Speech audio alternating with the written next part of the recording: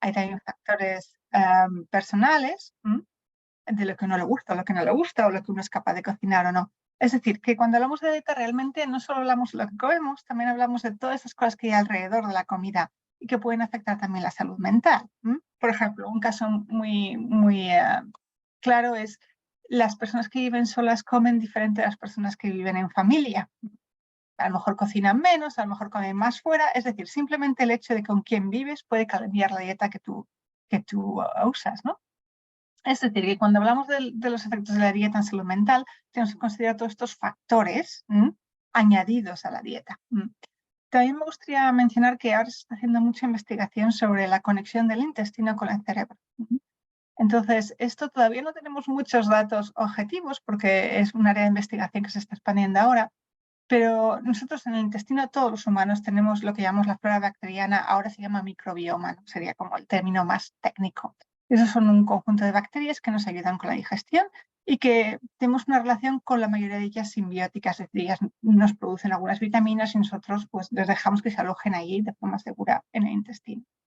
Para que estas bacterias vivan bien, estén saludables, tenemos que controlar nuestra respuesta inmune a esas bacterias, porque el cuerpo tiende a atacar todo lo que no es de él, ¿no? Entonces, si estas bacterias, digamos, pues un determinado tipo proliferan o se contaminan de otras bacterias o no prosperan como deben prosperar, la respuesta inmune también puede cambiar. Y entre las bacterias y lo que ellas producen, la respuesta inmune y la comunicación entre el intestino y el cerebro, eso puede cambiar la salud mental en las dos direcciones. Es decir, por ejemplo, todo el mundo sabe cuando uno está estresado, a lo mejor tiene más diarrea o a lo mejor le duele el estómago. Pero también lo contrario, es decir, cambios en el estómago pueden afectar al cerebro, pueden hacer el cerebro más ansioso o que se fije más en determinadas ideas. Es decir, es una conexión bidireccional.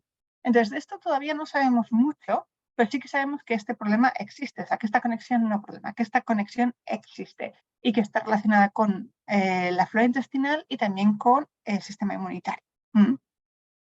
La otra cosa que me gustaría decir un poquito es que nosotros tendemos quizás a ser un poco blancos y negros en estas cosas. Esta persona tiene una dieta buena, esta persona tiene una dieta mala. Y entonces me gustaría decir que, bueno, todo esto no está nada claro, no está nada claro.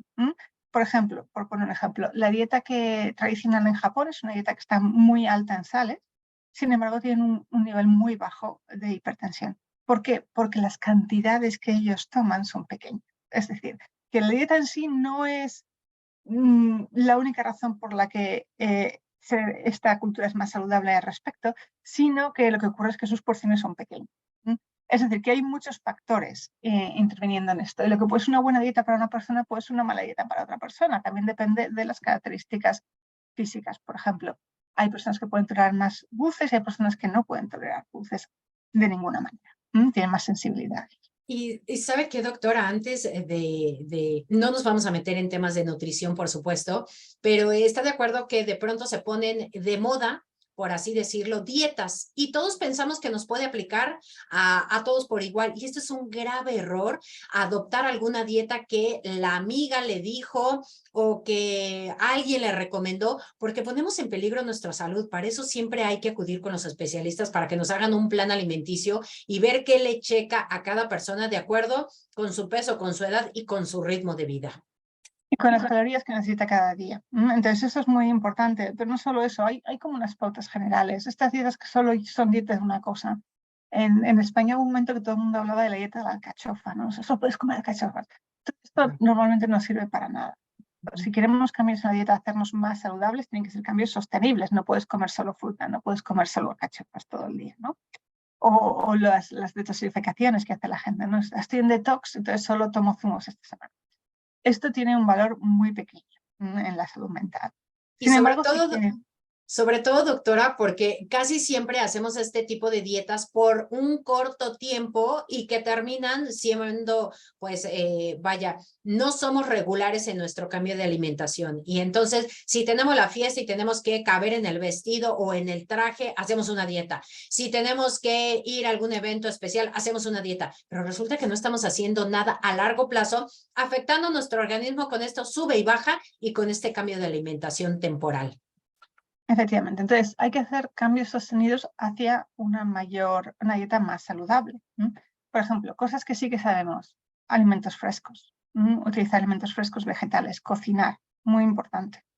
Cuanto menos procesado esté el alimento, mejor para la flora intestinal. Entonces, cuando digamos procesado es cuántos pasos hay desde que el alimento aparece en donde sea hasta que llega a ti. O sea, viene como, por ejemplo, una naranja, y la partes si la comes, o viene la naranja como tarta de naranja, para explicarnos.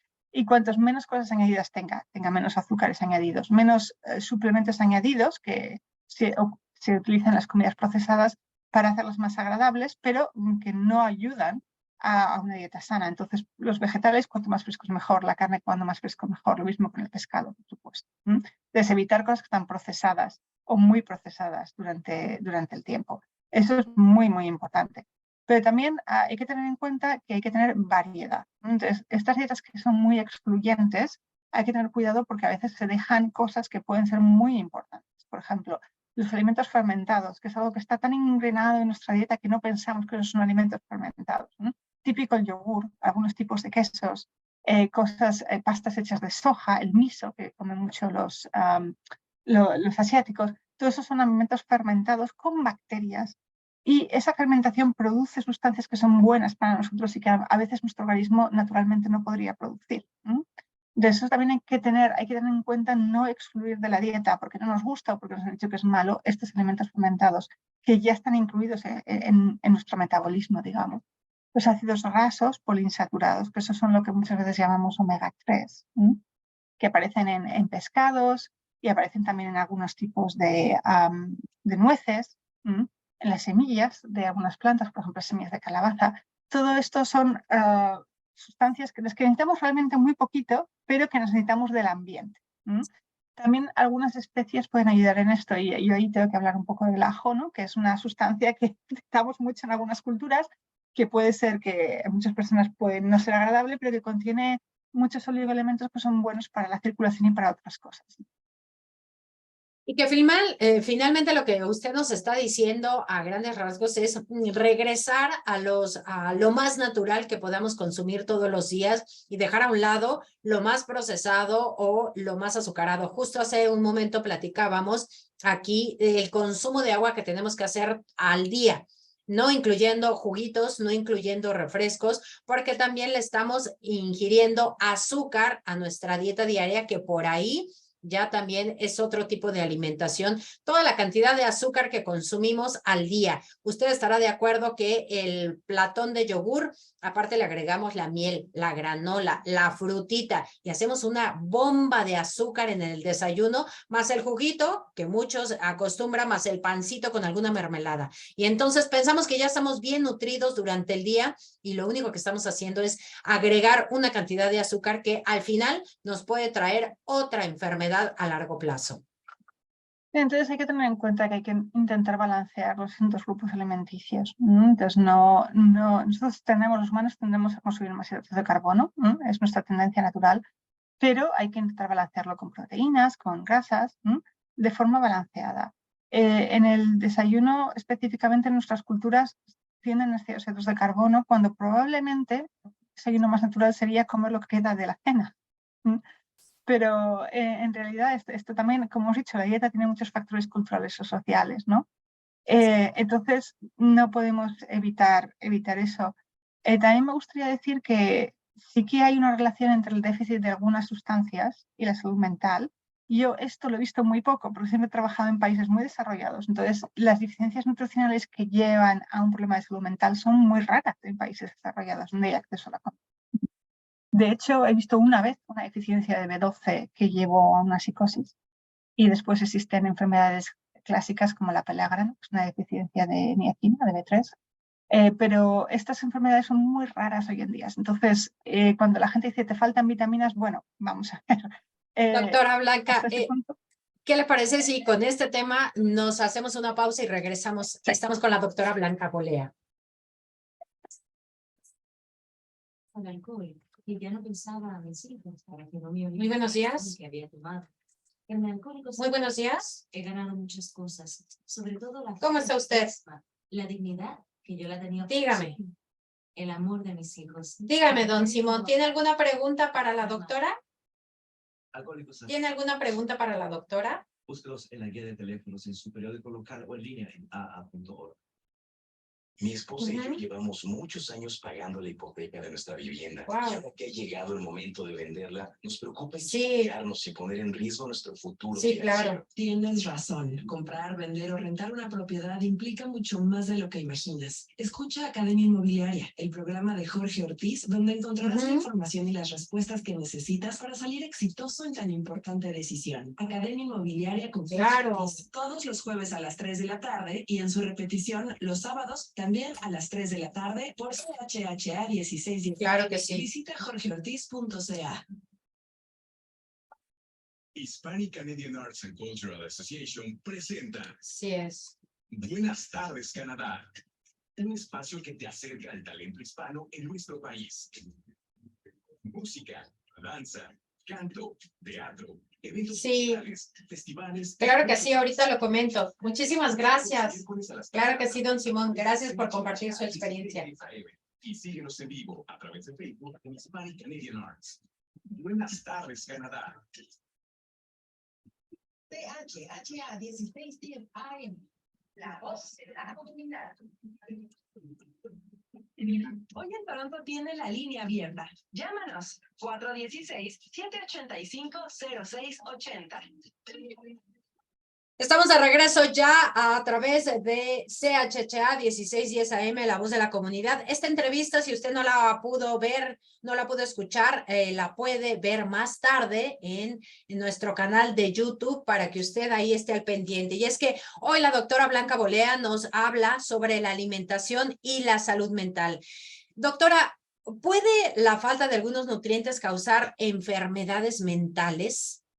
Sí, esto es posible y como hemos comentado antes, esto es algo muy raro en un lugar desarrollado, a no ser que la persona tenga una deficiencia nutricional muy grave o que tenga una enfermedad que le produce una deficiencia nutricional, que quizás sea lo más frecuente. Entonces, normalmente las deficiencias de vitaminas, también a veces las deficiencias de omega 3 pueden causar problemas mentales, pero esto es raro, no es algo que veamos muy a menudo, salvo en causas excepcionales. Estaba comentando antes que yo he visto un caso de enfermedad mental por déficit de B12, nunca he visto un caso de demencia que sería por vitamina B3. Estas son cosas que están descritas tradicionalmente, pero que realmente no las vemos hoy en día. Lo que sí que es cierto y es más común es que a veces puede haber un incremento de la ansiedad, sobre todo en mujeres, por falta de hierro. Esto es más común, las deficiencias de hierro son muy comunes, sobre todo en mujeres jóvenes, y aunque esto no sea totalmente una causa, sí que puede aumentar síntomas de ansiedad. Entonces, si alguien de la audiencia tiene problemas de hierro y le han dicho alguna vez que está bajita o que tiene anemia, que se lo mire regularmente, porque puede producir mayor ansiedad. Pero esto es probablemente lo que más veamos. Es muy raro, a no ser gente que tenga dietas muy restrictivas por alguna razón, ver esto. Pero sí que está escrito, sí que está escrito. Le comparto la llamada que hace un momento nos llegó mientras nosotros estábamos en esta pausa. Nos habló el señor Simón y nos dijo que su tatarabuelo vivió 125 años y Wow. la alimentación que el tatarabuelo tenía era de sus propias cosechas. Él se alimentaba de sus propias cosechas y de lo que él producía y él logró vivir 125 años. Eso ya no lo hacemos en estas nuevas generaciones. Bueno, hay muchos factores para ello y hay muchos estudios al respecto, ¿no? Que es lo que hace que la gente viva más. Pero una de las cosas que yo creo que es casi se está hablando más ahora es el cambio de dietas en donde parte de la proteína viene de origen vegetal. Entonces estamos hablando pues de los garbanzos, de los guisantes, de las lentejas, que son quizás cosas que estamos un poco olvidadas en la dieta canadiense, pero parece ser que obtener proteínas más sobre las legumbres que sobre la carne, aunque también hay que tener carne, por supuesto, puede tener alguna relación con la longevidad y hay estudios que están mirando a eso y esto normalmente este tipo de dietas se dan más en las zonas rurales agrícolas donde tienen el producto directamente a la mesa. Y también, por supuesto, yo creo que se está poniendo más esfuerzo ahora por lo que llaman buscar los alimentos cercanos, que no tengan que viajar, lo cual también facilita que no haya que poner tantas azúcares añadidos y cosas para conservar. Doctora, ¿cómo podemos tratar la salud mental a través de nuestra dieta? Esto es el problema. El problema es que pensamos que, bueno, si la dieta tiene tanto efecto en la salud mental, ¿por qué no cambiamos la dieta y entonces tenemos todos sanos? Ojalá, pero no es tan fácil. Sí. Ojalá. Entonces, el problema es que los nutrientes no son un medicamento. No son un medicamento. Entonces, no tienen la capacidad de intervenir. Pueden tener capacidad de prevenir. Entonces, todavía no tenemos bastante información sobre cómo hacer esto. Y es además muy importante no estigmatizar a las personas que tienen un problema de salud mental. Y es muy fácil, porque como la dieta es algo que podemos controlar, es muy fácil pensar, bueno, tiene este problema porque come mal. Vamos a ver, si la persona está deprimida y encima le dices que come mal, estás añadiendo a ese problema, estás erosionando su autoestima, estás culpabilizándole de algo que probablemente no tenga ninguna culpa. Exacto. Entonces hay que tener cuidado con estas cosas. Sin embargo, igual que no hay que culpabilizar a las personas por comer de una manera o de otra, sí que, por ejemplo, en el caso de la depresión, muchas personas con depresión no quieren salir de casa, no quieren cocinar, no tienen energía. Ayúdelos, cocine con ellos, traiga los vegetales o lo que sea que vayan a cocinar, cocinen juntos, hagan de eso un momento, digamos, de unión, de unirse a esa persona y de ayudar a esa persona, en vez de enfrentarse o confrontarse sobre lo que come.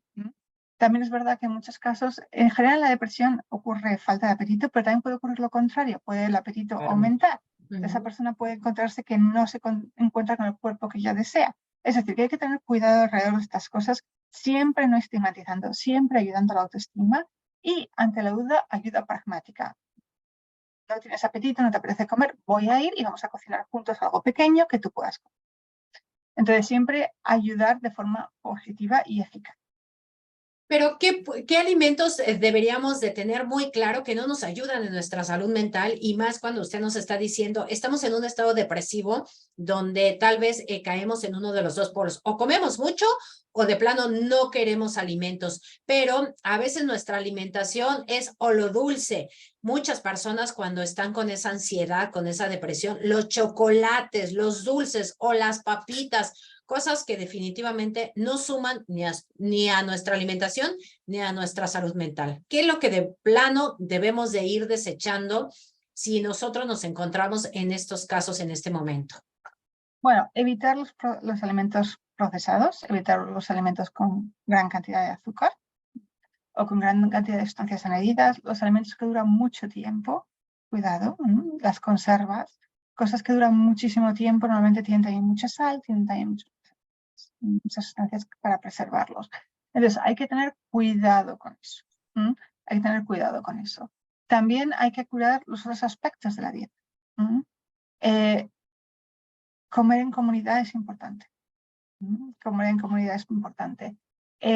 Cocinar juntos. Normalmente las familias, la hora de la comida o de la cena es la única momento en el que están todos juntos y pueden hablar. Evitar comer enfrente del ordenador, que yo creo que esto es una cultura muy mala que tenemos en Canadá. De comer enfrente del ordenador, no. Sepárate del trabajo para comer. No mezcles la comida con el trabajo. Eso no es bueno. Las comidas de trabajo no son buenas para la digestión. No son buenas porque uno está pendiente de otra cosa, no está pendiente de comer. Darse un tiempo para comer. Muy, muy, muy importante. Entonces, si comes muy rápido, el apetito no se sacia tan bien como si comes lento. Personas ansiosas tienden a comer más rápido. Entonces, tenemos que tener en cuenta todas estas cosas. También me gusta decir que hay Buenos personas días. que... ¿Tiene una pregunta para la doctora? Sí, la estamos escuchando, doctora. También hay que tener en cuenta que Muy buenos días. en la ¿Tiene una ansiedad pregunta para la hay doctora? personas que comen demasiado y hay personas que la ansiedad puede hacerles que no coman. Es decir, que Espéreme un usted y lo mismo paso al aire, no me cuelgue. síntoma puede tener distintas consecuencias. Me parece que Perdóneme, antes doctora, la hacíamos- interrupción es que tenemos una llamada al aire de una persona que le quiere hacer una pregunta. Si damos espacio para escucharlo. Muy buenos días, ya está usted al aire.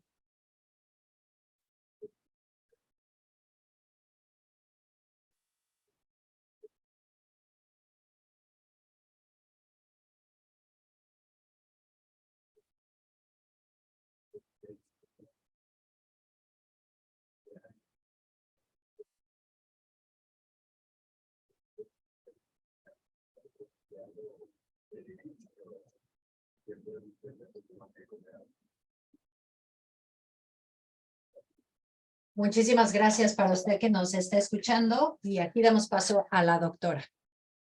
Alejandra, no he oído la pregunta.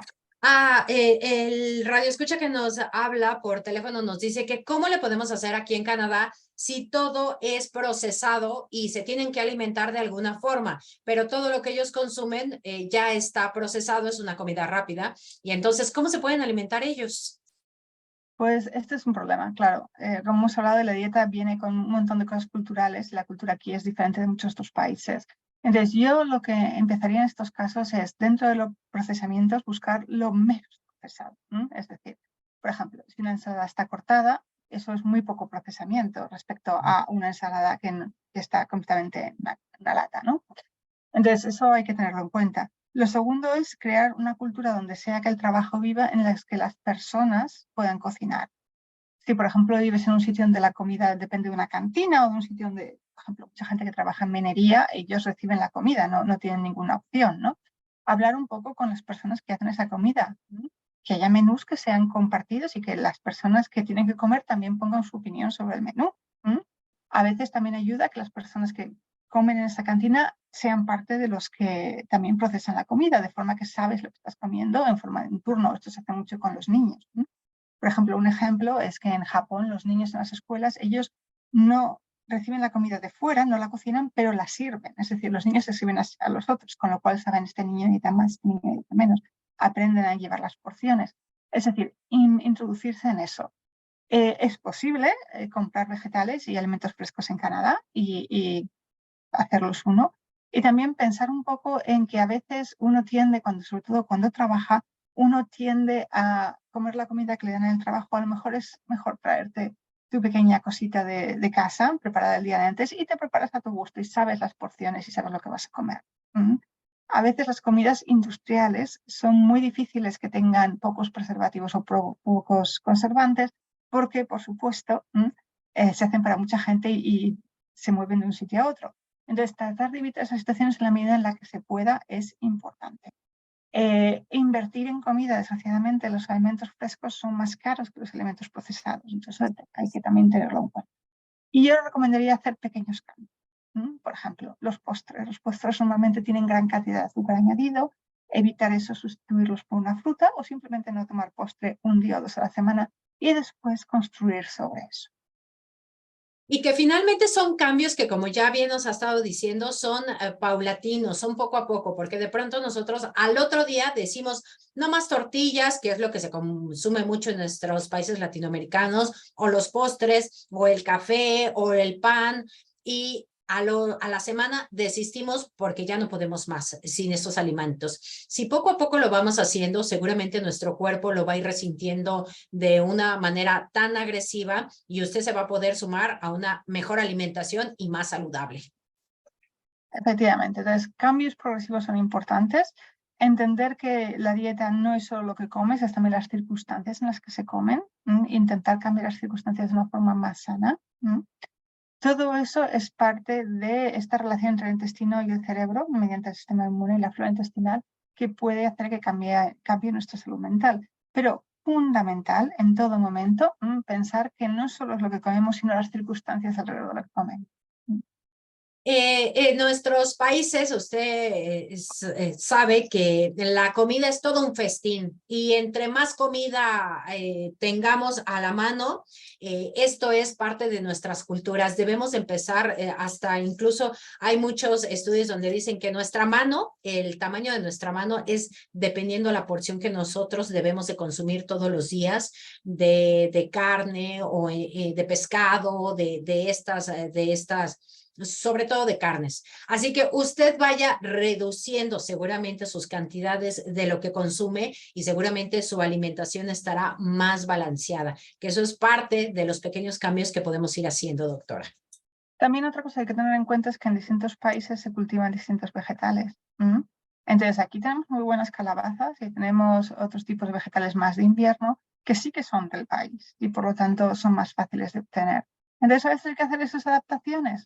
Aquí no hay pretexto para alimentarnos bien. No vamos a tener limones, ¿no? Vamos a tener otras cosas, no va a haber mangos. Así es. Pero puede haber manzanas. Entonces, claro, hay que un poco, pues, saber qué es lo que es un alimento fresco aquí y qué es lo que crece aquí que podemos comer que sea. ¿Con qué reflexión nos despedimos el día de hoy con este tema, doctora? Pues decir que primero, que las dietas son culturales y sociales y hay que mantener el aspecto social de la comida es importante, ¿no? Es importante para la salud mental también, ¿no? Y lo segundo que me gustaría decir es que no culpabilizar a la dieta de todo, ¿no? Es decir, bueno, una persona tiene enfermedad mental y esa enfermedad mental tiene que ser tratada. Sí. Además, yo puedo ayudarle mejorando su dieta, fantástico, pero no intercambiar una cosa por la otra, porque los nutrientes son nutrientes, no son medicamentos. Muchísimas gracias, doctora Blanca Bolea. Por supuesto, esta entrevista usted la puede ver y escuchar en nuestro canal de YouTube. Y hasta la próxima semana. Muchas gracias por haber estado con nosotros. Hasta la próxima semana, Alejandra. Gracias, muy buenos días. Y usted que sigue con nosotros aquí en CHHA, no se vaya porque tenemos más después de esta breve pausa. Ya casi estamos terminando esta programa.